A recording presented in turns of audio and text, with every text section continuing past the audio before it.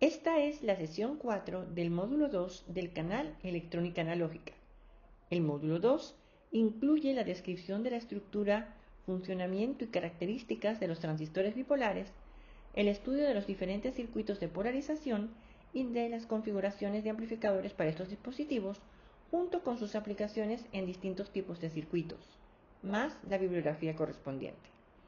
En esta sesión vamos a analizar dos configuraciones circuitales con las que podemos polarizar un transistor bipolar y determinar en qué región se encuentra operando. Polarizar un transistor bipolar es determinar los voltajes y las corrientes DC tanto en el circuito de entrada como en el circuito de salida, utilizando el modelo de gran señal adecuado y los componentes externos. Dado que estamos hablando de componentes DC, todos los valores de polarización se van a representar con la variable en mayúscula y los subíndices en mayúscula. En el circuito de entrada, por lo general, dan como dato el voltaje V sub E y puede calcularse la corriente I sub B o la corriente I sub E. En el circuito de salida, puede calcularse la corriente I sub C y el voltaje VCE.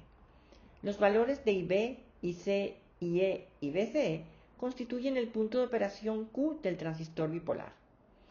A fin de simplificar la presentación de los circuitos de polarización de los transistores, usualmente las fuentes DC se indican colocando únicamente el nombre de la fuente en el nodo donde está conectada dicha fuente, como VCC, sin incluir el símbolo de la fuente ni la conexión del otro terminal a tierra, los cuales se dan por sobreentendidos.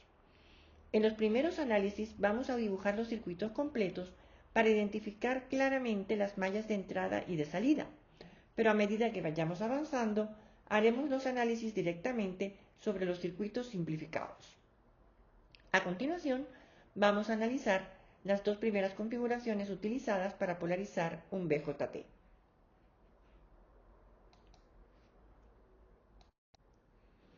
Esta lámina presenta el diagrama de la red de polarización más simple, que llamaremos configuración básica. En este circuito tenemos una fuente de 5 voltios y una resistencia de 100 kiloohmios conectada a la base del transistor, a la que vamos a denominar resistencia RB, y una fuente de 10 voltios en serie con una resistencia de 2 kiloohmios conectada al colector del transistor, que vamos a identificar como RC. Como vemos, el emisor está conectado a tierra. Nos indican que la beta del transistor es 100 y que el voltaje base emisor es igual a 0,7 voltios. Dibujamos de nuevo el circuito con las conexiones completas para observar las mallas de entrada y salida con mayor facilidad. En primer lugar, vamos a suponer que el transistor se encuentra en la región activa, así que dibujamos el modelo simplificado de gran señal en la zona activa, dado que ya sabemos que el voltaje base emisor es 0,7 voltios, y le colocamos los componentes externos, la fuente de 5 voltios y la resistencia RB en la base, la fuente de 10 voltios y la resistencia RC en el colector y el emisor a tierra. Comencemos por la malla del circuito de base, en la que la corriente de base I sub B está dada por la ecuación 5 menos B sub B sobre la resistencia RB. Sustituyendo valores, obtenemos que I sub B es igual a 0,043 mA. Pasando ahora a la malla del circuito de salida, la corriente I sub C es igual a beta por IB, lo cual nos da 4,3 mA, y la corriente de emisor es igual a beta más 1 I sub B, esto es 4,34 mA. En cuanto a los voltajes, el voltaje de colector es igual al voltaje de la fuente DC, 10 voltios, menos la caída de la resistencia de colector, RC por IC. Sustituyendo valores obtenemos que B sub C es igual a 1,4 voltios. Dado que el emisor está a tierra, el voltaje de base es igual al de base emisor, por lo que el voltaje B sub B es 0,7 voltios. El voltaje colector emisor está dado por el voltaje de colector menos el de emisor, esto es 1,4 voltios. Para comprobar si el transistor está efectivamente en la zona activa, calculamos el voltaje de colector base, el cual debe ser un valor positivo. Restando el voltaje de colector menos el voltaje de base, obtenemos que VCB es igual a 0,7 voltios, por lo tanto el transistor está en la zona activa. Hemos calculado todos los voltajes y corrientes correspondientes a la configuración básica, los cuales están listados en la parte derecha de la lámina, y podemos observar que las corrientes de colector y emisor dependen fuertemente del valor de beta. ¿Qué pasa si en el circuito que acabamos de analizar colocamos un dispositivo cuya beta es igual a 120? Hagamos los cálculos de nuevo, esta vez sobre el circuito que nos presentan originalmente, que podemos ver a la izquierda de la lámina. La corriente IB está determinada por las mismas variables, la fuente de 5 voltios, la resistencia RB y el voltaje V sub BE. Por lo tanto, es 0,043 mA. Con este dato, la corriente de colector sería 120 por IB igual a 5,16 mA. ¿Puede tener este valor la corriente de colector? Observando la malla de salida, que incluye la fuente de 10 voltios, la caída en la resistencia de colector y el voltaje colector emisor, vemos que si el voltaje colector emisor se reduce a cero, la corriente IC máxima está dada por la ecuación 10 voltios entre 2 kiloohmios igual a 5 miliamperios. Por lo tanto, la corriente IC no puede llegar nunca a 5,16 miliamperios. Esto indica que el transistor está saturado. Dibujemos entonces el circuito completo, indicando ahora que el voltaje entre colector y emisor y la corriente de colector van a ser las correspondientes a saturación, y a continuación dibujamos el modelo simplificado de gran señal en saturación y le colocamos los componentes externos. El cálculo de la corriente de base es igual, por lo tanto I sub B es 0,043 miliamperios. En el circuito de salida vemos que la corriente de colector de saturación es igual al voltaje de la fuente menos el voltaje V sub CE de saturación sobre la resistencia de colector, lo cual da 4,9 miliamperios. Y la corriente de emisor se calcula como la suma de las corrientes de colector más la de base, con lo que obtenemos IE de saturación igual a 4,943 miliamperios. De esta forma, hemos calculado todos los voltajes y corrientes correspondientes a la condición de saturación, los cuales están listados en la parte derecha de la lámina. Veamos la segunda red de polarización. Para estabilizar el punto de operación y hacerlo independiente de las variaciones de beta, se incluye una resistencia en serie con el emisor del transistor. Esta es la resistencia RE que vemos en la figura. Ahora bien, para no tener que utilizar dos fuentes de alimentación, una en el circuito de base y otra en el circuito de colector, se acostumbra a utilizar la configuración mostrada con una sola fuente. Por lo tanto, lo primero que hay que hacer en este circuito es determinar el circuito Thevenin equivalente entre la base del transistor y tierra. La fuente VCC y las resistencias R1 y R2 forman la red en la base del transistor mostrada en la figura de la izquierda. Podemos calcular el Thevenin equivalente entre el nodo A y tierra, para lo cual separamos la red en el nodo A, calculamos el voltaje de Thevenin mediante el divisor de voltaje R2 sobre R1 más R2 por VCC y la resistencia de Thevenin como el paralelo de R1 con R2. Obtenidos estos valores, volvemos a conectar el circuito equivalente en el nodo A y ahora tenemos la malla de entrada del transistor, en la que los voltajes son la fuente de Thevenin VTH, la caída en la resistencia de Thevenin RTH, el voltaje base emisor del transistor y la caída en la resistencia de emisor, por la que sabemos que circula la corriente de emisor. Una vez calculado el Thevenin equivalente, procedemos a elaborar el circuito del BJT utilizando el modelo correspondiente al transistor en la región activa. En este caso, hay una resistencia RE entre emisor y tierra. Colocamos en la base la resistencia de Thevenin, que se acostumbra a identificar como RBB por ser la resistencia de base, en serie con el voltaje de Thevenin, que se acostumbra a identificar como V sub BB por ser la fuente del circuito de base. En el colector, colocamos la resistencia RC en serie con la fuente V sub CC. Este circuito se acostumbra a dibujar de nuevo ubicando el voltaje V sub BE y la fuente de corriente dependiente, como podemos observar en la figura inferior, para que resulten más evidentes las mallas que lo componen. Dada la posición de la fuente de corriente dependiente, Veamos cómo podemos simplificar este circuito para realizar los cálculos. A partir del circuito de la figura 1, podemos hacer lo siguiente. En primer lugar, colocamos una segunda fuente dependiente del mismo valor que la primera en serie con esta, como vemos en la figura 2, lo cual no altera las variables del circuito, ya que la corriente por la rama sigue siendo beta y B. Luego colocamos una conexión del nodo entre dichas fuentes a tierra, como se indica en la figura 3, lo cual tampoco altera las variables del circuito, ya que la corriente por dicha conexión es igual a 0. Ahora el circuito puede dibujarse como vemos en la figura 4, donde las mallas han quedado separadas. En este circuito podemos observar que por la resistencia RE circula la corriente IB más la corriente beta IB, por lo que el voltaje en dicha resistencia es PRE igual a RE por beta más 1 IB. Aquí podemos aplicar el teorema de sustitución de componentes para simplificar la red. Veamos qué dice dicho teorema. El enunciado del teorema de sustitución es el siguiente. Cualquier rama de una red ubicada entre dos nodos específicos puede ser reemplazada por otra rama diferente siempre y cuando la corriente que circula por la rama y el voltaje entre los terminales de la misma permanezcan inalterados. Analicemos el circuito mostrado que incluye una resistencia R1 por la que circula la corriente I sub 1. Entre los nodos A y B están conectadas la fuente de corriente dependiente beta I1 y la resistencia R2 por la que circula la corriente I2 saliendo del nodo A. Las corrientes I1 y beta I1 entran al nodo A. El voltaje B2 es igual a R2 por I2.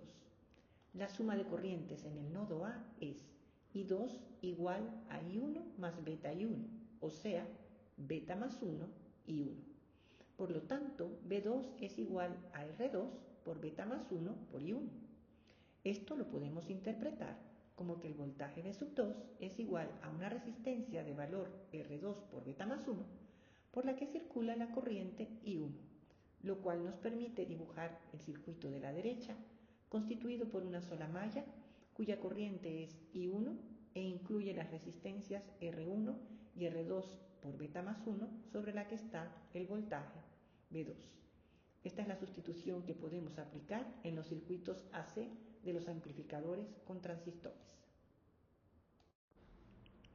Aplicando la sustitución explicada en la lámina anterior, el circuito de base del transistor se reduce al presentado en la figura inferior, en el que el paralelo de RE con la fuente dependiente queda sustituido por la resistencia RE por beta más 1, por la que circula la corriente I sub B. A partir de este circuito, podemos escribir que la corriente I sub B es igual a B sub BB menos B sub BE sobre RBB más beta más 1 por RE. Ahora bien, esta ecuación para la corriente de base o la ecuación correspondiente a la corriente de emisor que tiene una forma similar a esta, también se pueden determinar analizando el circuito obtenido una vez calculados el voltaje B sub BB y la resistencia RBB, sin necesidad de dibujar el circuito con el modelo, aplicando simplemente las ecuaciones que rigen el comportamiento de un transistor bipolar en la zona activa. Veamos este otro procedimiento mediante un ejemplo. Hagamos un ejemplo utilizando la red de polarización con resistencia de emisor y fuente simple. En el circuito de la izquierda vemos que la fuente de C es de 15 voltios y en la entrada tenemos las resistencias RB1 de 100 kΩ y RB2 de 50 kΩ. En el circuito de salida, la resistencia de colector es de 5 kΩ y la del emisor es 3 kΩ. Nos indican que beta es 100 y el voltaje B sub BE es 0,7 voltios. Dibujamos el diagrama completo y separamos los componentes del circuito de polarización para calcular el circuito Thevenin equivalente. El voltaje de Thevenin, que para estos circuitos se identifica también como el voltaje P sub BB, está dado por el divisor de tensión 15 voltios por RB2 sobre RB1 más RB2, lo cual da 5 voltios. La resistencia de Thevenin, que también se denomina RBB, es el paralelo de 100 kΩ con 50 kΩ, que da 33,3 kiloohmios. A continuación, dibujamos de nuevo el circuito completo, colocando los valores calculados en la malla de entrada. En este punto, podemos dibujar el modelo simplificado de gran señal en la zona activa y colocarle los componentes externos, pero vamos a comenzar a trabajar directamente sobre el circuito completo, utilizando en dicho circuito los dos parámetros importantes del modelo simplificado de gran señal, que son B sub B 0,7 voltios e I sub C igual a beta por I sub B. En el circuito de entrada podemos escribir la siguiente ecuación. El voltaje B sub BB es igual a la corriente de base por la resistencia RBB más el voltaje base emisor más la corriente de emisor por la resistencia RE. En esta ecuación tenemos dos incógnitas, la corriente de base y la corriente de emisor. Ahora bien, la corriente de emisor es igual a la suma de la corriente de colector más la corriente de base, y sustituyendo IC por beta y B, obtenemos que la corriente de emisor es igual a beta más 1 por la corriente de base, de donde despejamos que I sub B es igual a la corriente de emisor sobre beta más 1, expresión que podemos sustituir en la ecuación de B sub BB. Continuemos trabajando con estas ecuaciones. Sustituyendo la relación entre corriente de base y corriente emisor en la ecuación de voltajes que habíamos deducido anteriormente, obtenemos que el voltaje BBB es igual a la corriente de emisor sobre beta más 1 por la resistencia de base más el voltaje base emisor más la corriente de emisor por la resistencia de emisor. Despejando la diferencia de voltajes BB menos BE nos da RBB sobre beta más 1 más RE que multiplica a la corriente IE, de donde podemos despejar que la corriente IE es igual a BBB menos el voltaje base emisor sobre la suma de la resistencia RE más la resistencia RBB dividida entre beta más 1. Sustituyendo valores, obtenemos que la corriente de emisor es 1,29 mA. Aplicando las ecuaciones ya conocidas, la corriente de base es 1,29 mA sobre 101 igual a 0,0128 mA y la corriente de colector alfa y E es igual a 1,28 mA. Una vez conocidas las corrientes IE, IC e IB, podemos calcular los voltajes en los distintos nodos. En el circuito de entrada, el voltaje en la base del transistor B sub B es igual al voltaje base emisor más la caída en la resistencia RE, lo que da 4,57 voltios. En el circuito de salida, el voltaje de colector es igual a la fuente de 15 voltios menos el voltaje sobre la resistencia RC. Aplicando valores, obtenemos 8,6 voltios. Y el voltaje en el emisor es la caída en la resistencia RE, esto es, el producto de la resistencia RE de 3 kiloohmios por la corriente I sub E de 1,29 mA, lo cual da 3,87 voltios. Por lo tanto, el voltaje BCE, que es la diferencia entre BC y BE, da 4,73 voltios. Para saber si el dispositivo está en el modo activo, calculamos BCB, que da 4,03 voltios. Es un valor positivo, por lo que el transistor está efectivamente en el modo activo y el punto de operación está dado por los valores presentados a la derecha de la lámina. ¿Qué pasa si en el circuito que acabamos de analizar colocamos un dispositivo cuya beta tiene un valor mucho más alto, por ejemplo 300? Volvamos a hacer los cálculos.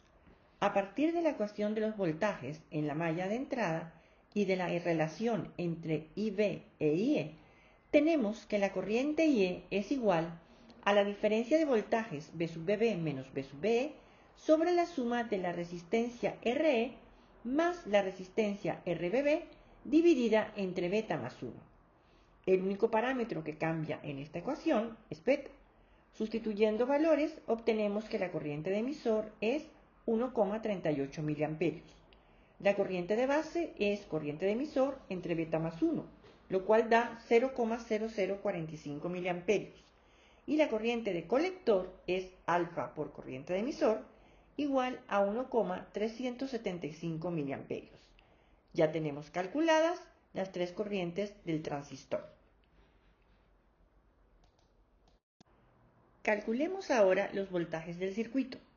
En la malla de entrada, el voltaje de base es igual al voltaje V sub VE más la caída del voltaje en RE, esto es 0,7 voltios más 1,38 miliamperios por 3 kiloohmios, lo cual da 4,84 voltios. En el circuito de salida, el voltaje de colector es igual a la fuente de 15 voltios menos la caída en la resistencia de colector, lo que resulta 8,12 voltios. El voltaje de emisor es el producto de la resistencia de emisor por la corriente de emisor, esto es 4,14 voltios. Por lo tanto, el voltaje colector-emisor es igual a la diferencia de 8,12 menos 4,14, lo que da 3,98 voltios.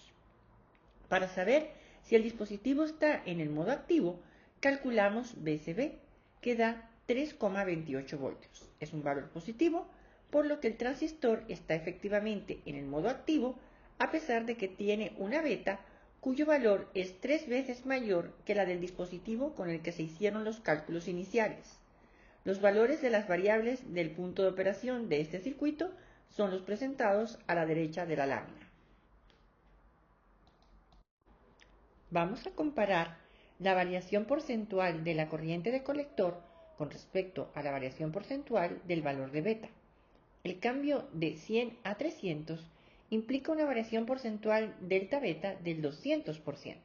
Por su parte, la corriente IC cambia de 1,28 mA a 1,375 mA, lo que corresponde a una variación porcentual delta IC solo del 7,4%, y con esta variación el transistor permanece en la región activa.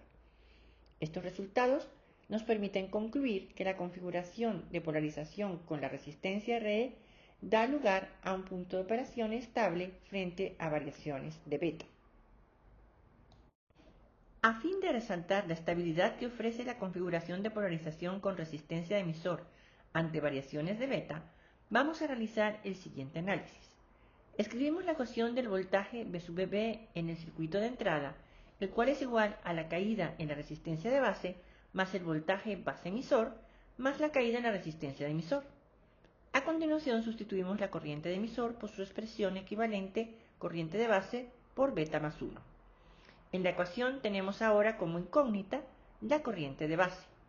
Despejando esta variable, obtenemos que la corriente de base es igual a la diferencia entre los voltajes V sub VB y V sub VE sobre la suma de las resistencias RBB más la resistencia de emisor multiplicada por beta más 1. Observemos con cuidado esta ecuación. Si la resistencia RBB es mucho menor que la resistencia de emisor multiplicada por beta más 1, la ecuación de IB se puede aproximar a la diferencia de los voltajes sobre la resistencia RE multiplicada por beta más 1. La corriente de colector es igual a beta por IB. Como podemos ver en la fórmula de IC, en el numerador está beta y en el denominador beta más 1, por lo que si beta es un número elevado, como por lo general lo es, IC es aproximadamente igual a B sub BB menos B sub BE sobre RE.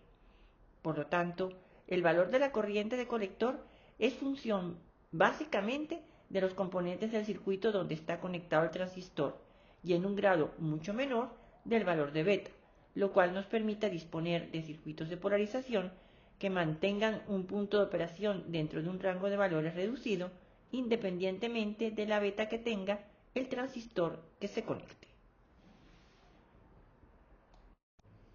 En esta sesión hemos analizado dos configuraciones circuitales con las que podemos polarizar un transistor bipolar y determinar en qué región se encuentra operando: la configuración básica y la polarización con resistencia RE y fuente simple. Como vimos, con la primera de ellas el punto de operación cambia significativamente si varía el valor de beta, y de acuerdo con las características del fabricante, beta es un parámetro que presenta una gran variación de un dispositivo a otro para un mismo modelo de transistor. Por otra parte, la segunda configuración propuesta ofrece dos ventajas. Utiliza una sola fuente de C para alimentar el transistor y, la más importante, el punto de operación presenta un comportamiento estable ante variaciones de beta, ya que los valores de las corrientes dependen fundamentalmente de los componentes externos del circuito donde está conectado el transistor y en un grado mucho menor de los parámetros propios del transistor, por lo que este tipo de circuito de polarización es el que vamos a utilizar preferentemente. En otras sesiones veremos dos configuraciones más para los circuitos de polarización que también utilizan la inclusión de una resistencia en el emisor del transistor para obtener un punto de operación estable ante variaciones de beta.